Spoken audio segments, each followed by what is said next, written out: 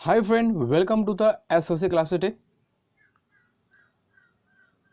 मित्रांनो, ह्या व्हिडिओमध्ये आपल्याला बघायचं आहे class 8 general science first chapter living world and classification of micros. मित्रांनो, आमच्या चॅनलवर जर तुम्ही नवीन असाल तर सर्वात अगोदर आमच्या चॅनलला सबस्क्राईब करा, सोबत व्हिडिओला लाईक आणि शेअर करायला विसरू नका. आणि जर तुम्ही सबस्क्राईब केला असेल तर बेल आयकॉनला सुद्धा प्रेस करा, जेणेकरून महत्त्वाचे व्हिडिओचे अपडेट तुमच्यापर्यंत लगेच पोहोचत राहील. तर मित्रांनो, या व्हिडिओमध्ये आपल्याला बघायचं आहे living world and classification of micros. चला तर सुरू करूया. तर मित्रांनो, आपल्याला आपल्या लेसनचं नाव आहे, ठीक आहे. तर त्यातला जो पहिला पॉईंट आहे तो आपल्याला बघायचा, तो आहे biodiversity and need of the classification. सर्वात महत्त्वाचं म्हणजे काय, बायोडायव्हर्सिटी म्हणजे काय. तर बायोडायव्हर्सिटी म्हणजे काय, जैवविविधता. म्हणजे प्रत्येक प्राण्यामध्ये जे समान जातीचे जरी असले तरी त्यांच्यामध्ये काहीतरी आपल्याला वेगळेपणा आढळतो, बरोबर आहे. तर ह्याच वेगळेपणाला आपण म्हणायचं बायोडायव्हर्सिटी किंवा जैवविविधता. आणि क्लासिफिकेशन म्हणजे वर्गीकरण. त्याला वेगवेगळ्या ग्रुपमध्ये त्यांचं वर्गीकरण करण्यात आलेलं आहे, ठीक आहे. सगळ्यांचा अभ्यास आपण करू शकत नाही, त्या ग्रुपचा आपण अभ्यास करू शकतो. सो दॅट्स वाय त्यांचं आपण क्लासिफिकेशन केलेलं आहे. तर बघा मित्रांनो, पहिला पॉईंट आहे आपला, living organism adapted according to the geographical regions, food injection and defence. तर मित्रांनो, जे अडॅप्टेशन झालेलं आहे प्राण्यांचं, म्हणजे जे त्यांचं जे अनुकूलन झालेलं आहे हे कशामुळे झालेलं आहे, तर according to the geographical region. म्हणजे काही प्राणी वाळवंटात राहतात, काही प्राणी हिमालयाच्या बर्फामध्ये सुद्धा असतात, ठीक आहे. तर त्याच्यामुळे हे जिओग्राफिकल रिजन वेगवेगळे असतात, त्याच्यामुळे त्यांच्यामध्ये अडॅप्टेशन झालेलं आहे. नंतर आहे फूड इंजेक्शन, म्हणजे अन्नग्रहण कशाप्रकारे करतात याच्यानुसार सुद्धा त्यांचं अडॅप्टेशन झालेलं आहे. देन डिफेन्स, त्याचं संरक्षण कसे करतात पर्यावरणापासून किंवा प्राण्यापासून, हे सुद्धा एक महत्त्वाचा त्यातला पॉईंट आहे. तर according to the 2011 census around 87 million species found. 2011च्या सेन्ससनुसार असं कन्सिडर करण्यात आलं की 87 मिलियन स्पेसिस फाउंड, जवळपास 87 मिलियन स्पेसिस सर्च केलेले आहेत किंवा ते आपल्या पृथ्वीवर सापडले आहेत, तेवढे सजीव आहेत. आणि सगळ्यांचाच अभ्यास करणं हे शक्य आहे का 87 मिलियनचा, म्हणजे जवळपास 8 कोटी 70 लाख एवढ्यांचा अभ्यास करणं शक्य आहे का, ठीक आहे. To study such a vast number, अशांचा सगळ्यांचा अभ्यास आपण करू शकत नाही. So that why it was essential to divide them into group. त्याच्यामुळे हे अतिशय महत्त्वाचं होतं की त्यांना ग्रुपमध्ये डिवाइड करायचं आणि त्या ग्रुपचा अभ्यास करायचा. The process of living organism into group and sub group is called the biological classification. आता ही जी प्रोसेस आहे, यांना आपण ग्रुपमध्ये डिवाइड करतो, सब ग्रुपमध्ये डिवाइड करतो, तर यालाच नाव आहे एक याला काय म्हणतो आपण, बायोलॉजिकल क्लासिफिकेशन असं म्हणतो. Robert Harding Whittaker divided the living organism into 5 groups. आता जे रॉबर्ट हार्डिंग विटाकर आहेत ते एक सायंटिस्ट आहेत. त्यांनी काय केलेलं आहे, त्यांनी 1969ला जे ऑर्गॅनिझम आहे यांना 5 ग्रुपमध्ये डिवाइड केलेलं आहे, ठीक आहे. ते ग्रुप कोणते आहेत ते आपण बघणारच आहे. पण तत्पूर्वी जी काय हिस्ट्री आहे याच्या मागची, याच्या अगोदर कोणी डिवाइड केलं होतं का, आणि केलं होतं तर कशामध्ये केलं होतं ते आपण थोडक्यात बघूया. तर बघा मित्रांनो, in the history, Carl Linnaeus in 1735 divided the living world in the 2 kingdom. आता कार्ल लिनियसने काय केलं होतं, 1735ला दोन ग्रुपमध्ये, ह्या 2 ग्रुपमध्ये लिव्हिंग वर्ल्डला काय केलं होतं, डिवाइड केलं होतं, ठीक आहे. तर कोणकोणते 2 ग्रुप आहेत ते बघा मित्रांनो. इथं एक आहे व्हेजिटेबिलिया आणि दुसरा आहे ॲनिमलिया, ठीक आहे. 2 ग्रुपमध्ये त्यांनी डिवाइड केलं होतं. Then Haeckel in 1866 consider 3 kingdom. आता हॅकेल्सनं काय केलं होतं, 1866ला 3 ग्रुपमध्ये डिवाइड केलं. कोणकोणते होते, एक होतं protista, then plant and then animals. समजले मित्रांनो. नंतर 1925 मध्ये चॅटन क्रिएटेड अ ग्रुप. आता चॅटननं नंतर 2 ग्रुप तयार केले 1925ला. ते कोणकोणते, त्यातला पहिला जो होता तो होता प्रोकॅरियोट्स, ठीक आहे, आणि दुसरा होता युकॅरियोट्स, ठीक. हे 2 ग्रुपमध्ये त्यांनी त्याला डिवाइड केलं होतं. In 1938 Copeland divided living organism into 4 kingdom. नंतर कोपलँडनं काय केलेलं आहे, 1938 मध्ये जे लिव्हिंग ऑर्गॅनिझम त्यांना 4 किंगडममध्ये डिवाइड केलेलं आहे. कोणकोणते आहेत, तर Monera, protista, plant and animals. आणि आपण बघितलं की 1969ला जे विटाकर यांनी 5 ग्रुपमध्ये केलेले आहे, ते 5 ग्रुप कोणते विटाकरचे ते आपण बघूया. तर बघा मित्रांनो, इथं तुम्हाला दिसेल, आणि व्हिडिओ जर क्लिअर दिसत नसेल तर कृपया तुमच्या व्हिडिओची जी क्वालिटी आहे ती वाढवा, ठीक आहे. तर बघा मित्रांनो, for the classification of Whittaker consider the following criteria. आता मित्रांनो, जे 5 ग्रुपमध्ये केलेलं आहे ते ग्रुप कोणते आहेत व त्यांचं क्रायटेरिया काय होतं हे आपण बघूया. नेमकं त्यांनी काय काय गोष्टी लक्षात घेतल्या. त्यांनी पहिला बघा मित्रांनो,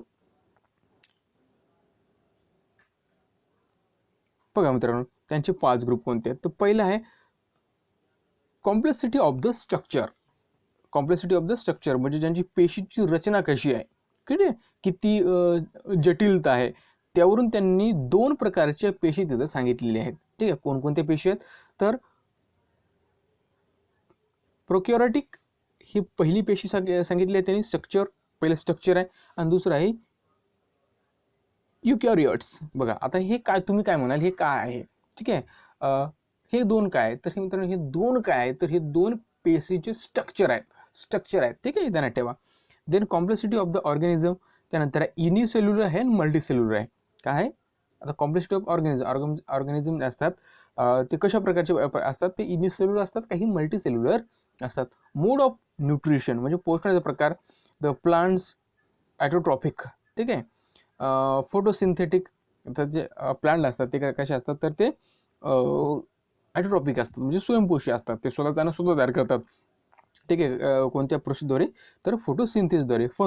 जे फंगी असतात, ठीक आहे, कवके असतात, ते काय असतात ते सॅप्रोफायटिक असतात म्हणजे ते काय करतात परपोषी असतात, ठीक आहे. Absorption from a dead organism. Then animals कसे असतात हे हेटरोट्रॉपिक्स असतात अँड इंजेस्टिव्ह असतात म्हणजे ते काय करतात तर ते परपोषी असतात म्हणजे दुसऱ्यावर ते जगत असतात.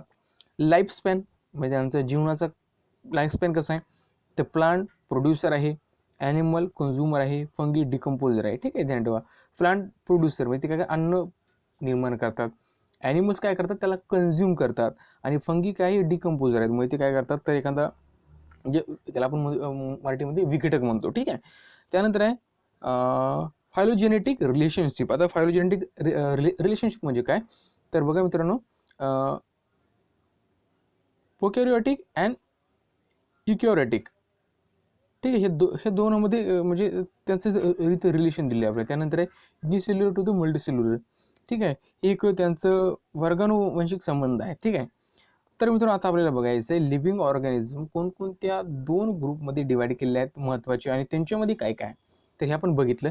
तर लिव्हिंग आता हे 2 सेलचं स्ट्रक्चर कसं असते तर सेलचं स्ट्रक्चर मित्रांनो प्रोकॅरियोट्स, ठीक आहे, असते किंवा युकॅरियोट्स, ह्या अशा प्रकारे 2 प्रकारे असते. आता जे हे असतात, ठीक आहे, प्रोकॅरियोट्स हे युनिसेल्युलर असतात. प्रोकॅरियोट्स काय असतात युनिसेल्युलर आणि युकॅरियोट्स हा युनिसेल्युलर पण असतो आणि मल्टीसेल्युलर पण असतो. आता बघा प्रोकॅरियोट्स हा युनिसेल्युलर असतो आणि त्याच्यामध्ये किंगडम एकच आहे मोनेरा, ठीक आहे, आणि युकॅरियोट्समध्ये मल्टीसेल्युलर पण आहेत, मल्टीसेल्युलर आहेत आणि युनिसेल्युलर आहेत. त्याच्यामध्ये किंगडम 2 आहे प्रोटिस्टा, काय आहे प्रोटिस्टा. आणि जे मल्टीसेल्युलर आहेत बघा, युनिसेल्युलरमध्ये एक किंगडम 1 आहे मोनेरा आणि किंगडम 2 आहे प्रोटिस्टा आणि मल्टीसेल्युलरमध्ये काय आहे तर किंगडम 3, किंगडम 4, किंगडम 5 आहे. किंगडम 3 मध्ये काय फंगी आहेत, ठीक आहे, आणि किंगडम 4 मध्ये काय आहे तर प्लॅन्टी आहे आणि किंगडम 5 मध्ये आहे ॲनिमली आहे, ठीक आहे. ॲनिमली म्हणजे प्राणी आणि प्लॅन्टी म्हणजे प्लांट.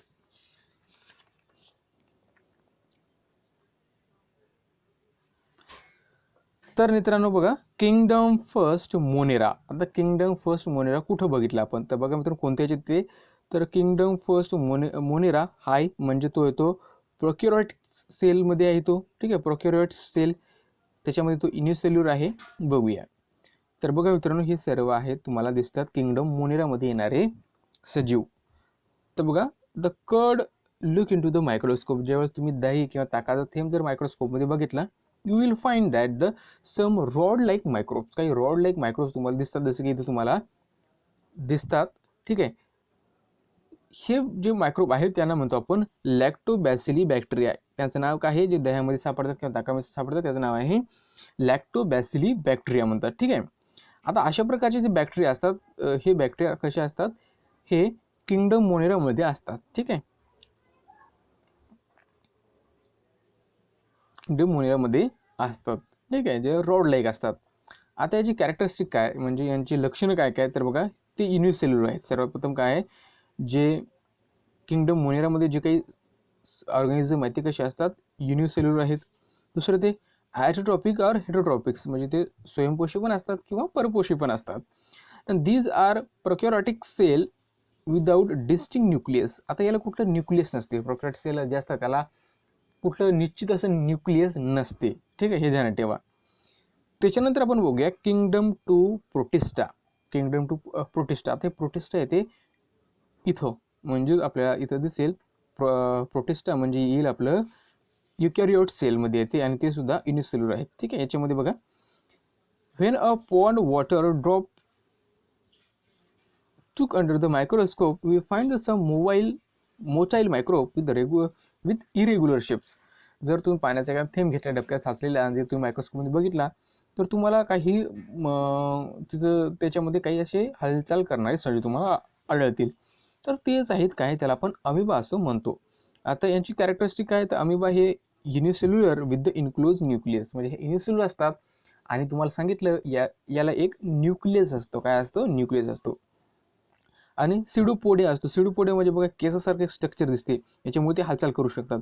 प्रत्येक प्रोटिस्टा याच्यामध्ये जो प्राण्यांना काय असतात, एक केसासारखा भाग असतो ज्याच्यामुळे ते हालचाल करू शकतात, त्याला आपण सिडोपोडिया म्हणतो. आता ॲट्रोटॉप्स आहेत. आता याच्यामध्ये सुद्धा काही ॲट्रोटॉप्स आहेत म्हणजे स्वयंपोषी आहेत आणि काही हेट्रोटॉप्स आहेत म्हणजे काही परपोषी सुद्धा आहेत. ठीक आहे, युग्लिना हे ॲट्रोटॉप्स आहे आणि हेट्रोट्रॉप्स कोणता आहे, तर अमिबा. हेट्रोट्रॉप्स कोणता आहे, तर अमिबा. त्यानंतर आहे किंगडम 3 फंगी. फंगी म्हणजे त्याला आपण कवके म्हणतो. तर बघा मित्रांनो, जर भाकरीचा तुकडा जर बघितला तुम्ही, त्याला ओला करून जर तुम्ही एखाद्या डब्यामध्ये 2 ते 3 दिवस ठेवून दिलं तर त्याच्यावर तुम्हाला बुरशी आलेली दिसते, पांढरे पांढरे कण दिसतात. ठीक आहे, तर तेच असतात मित्रांनो, त्यालाच आपण फंगी असं म्हणतो. बघा नॉन ग्रीन अँड युकॅरियोटिक, हे काय आहे, नॉन ग्रीन असते म्हणजे हिरवं नसते आणि युकॅरियोटिक असतात, युकॅरियोटिक. ठीक आहे, हेट्रोट्रॉपिक ऑर्गॅनिझम आहे. हे कोणतं आहे, हेट्रोट्रॉपिक म्हणजे हे परपोषी आहेत, हे स्वतः तयार करू शकत नाही. Most of them saprotrophs, most of them saprotrophs. आता सॅप्रोटॉप्स म्हणजे काय, तर मृतोपजीवी असतात, म्हणजे ते एखादा पदार्थ जर मृत झाला तर त्याच्यावर त्यांची वाढ होत असते. They feed on upon decay organism material, म्हणजे जे सडलेली अन्न असतात, ठीक आहे, जे विघटित असतात त्यांच्यावर ते वाढत असतात. Their wall is made of the chitin, त्यांची जी वॉल असते, ठीक आहे, ती कशापासून बनलेली असते, chitin. For example bakers yeast व ॲस्परगिल्स.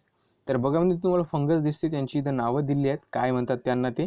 ठीक आहे, याचा वरचा भाग आहे इथं. ठीक आहे, ह्या भागाला आपण म्हणत असतो स्पोरेंजियम, स्पोरेंजियम म्हणत असतो.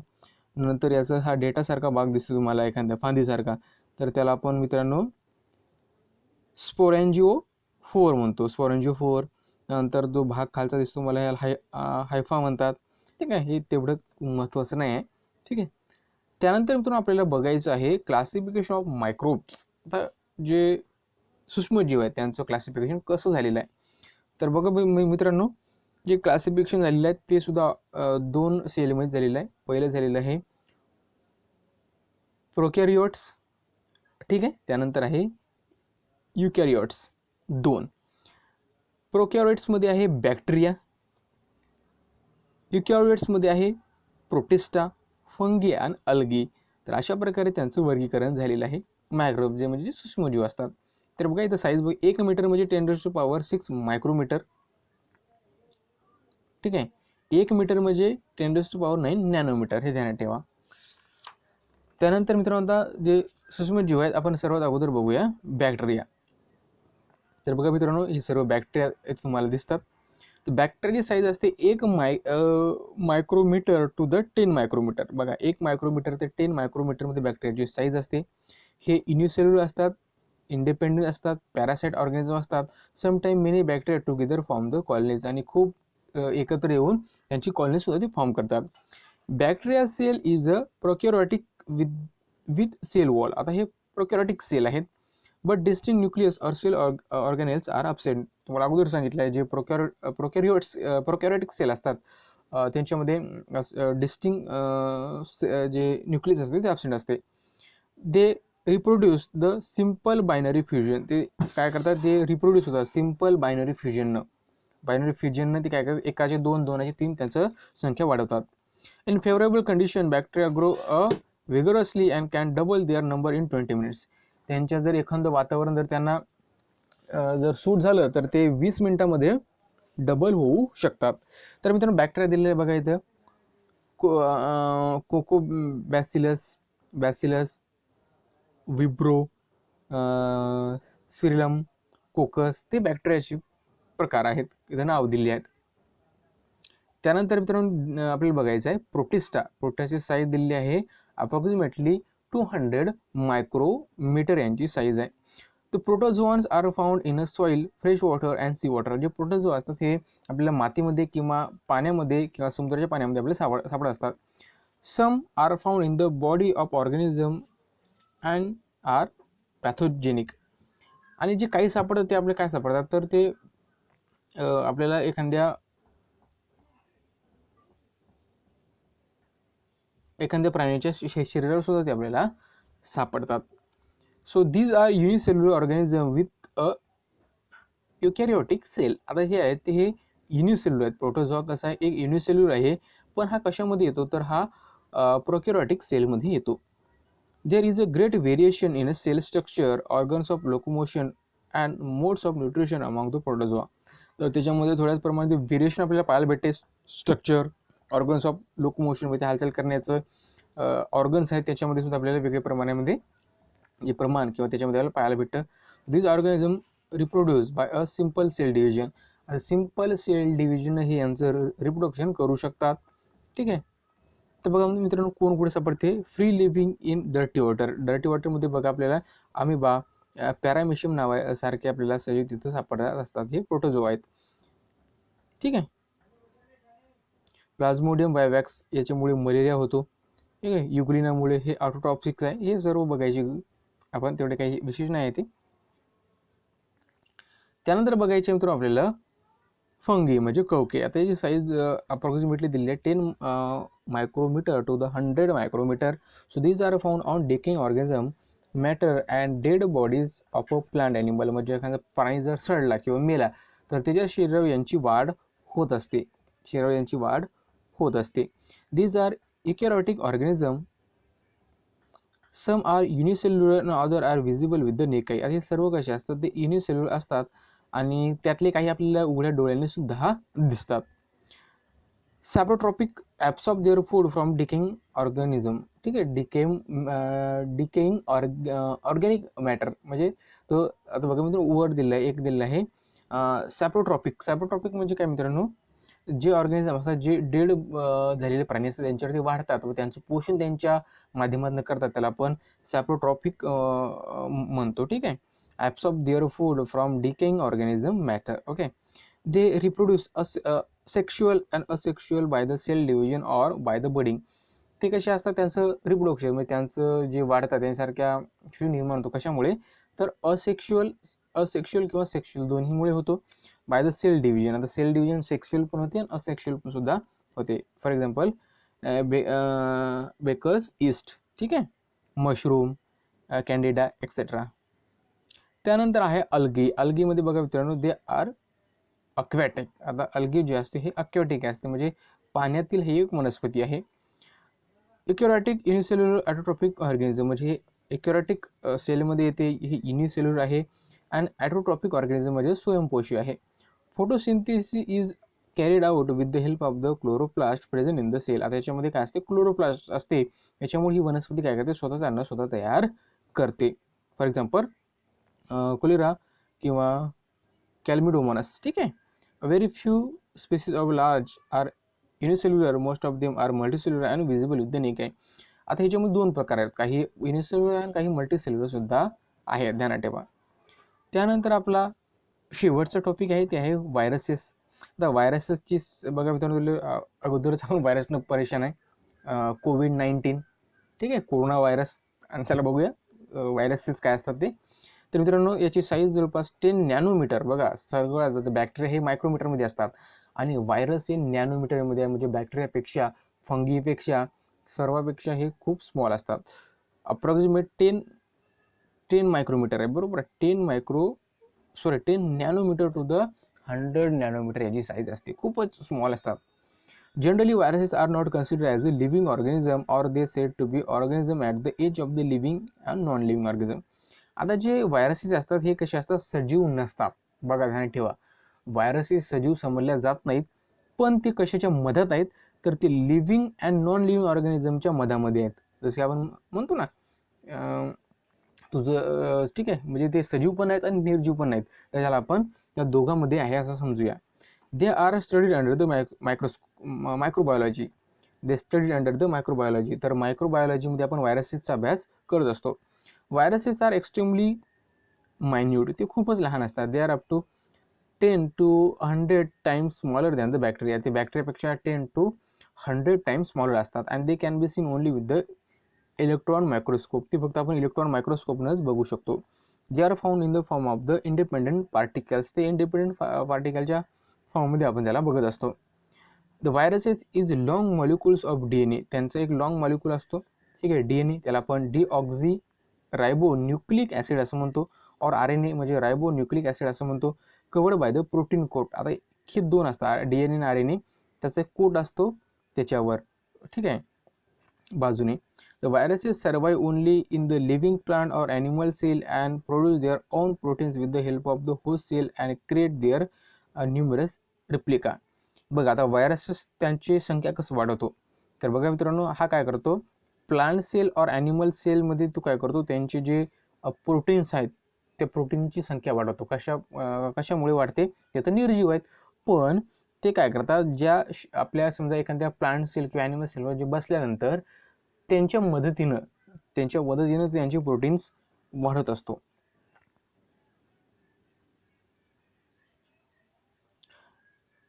Then they destroy the host cell and become a free.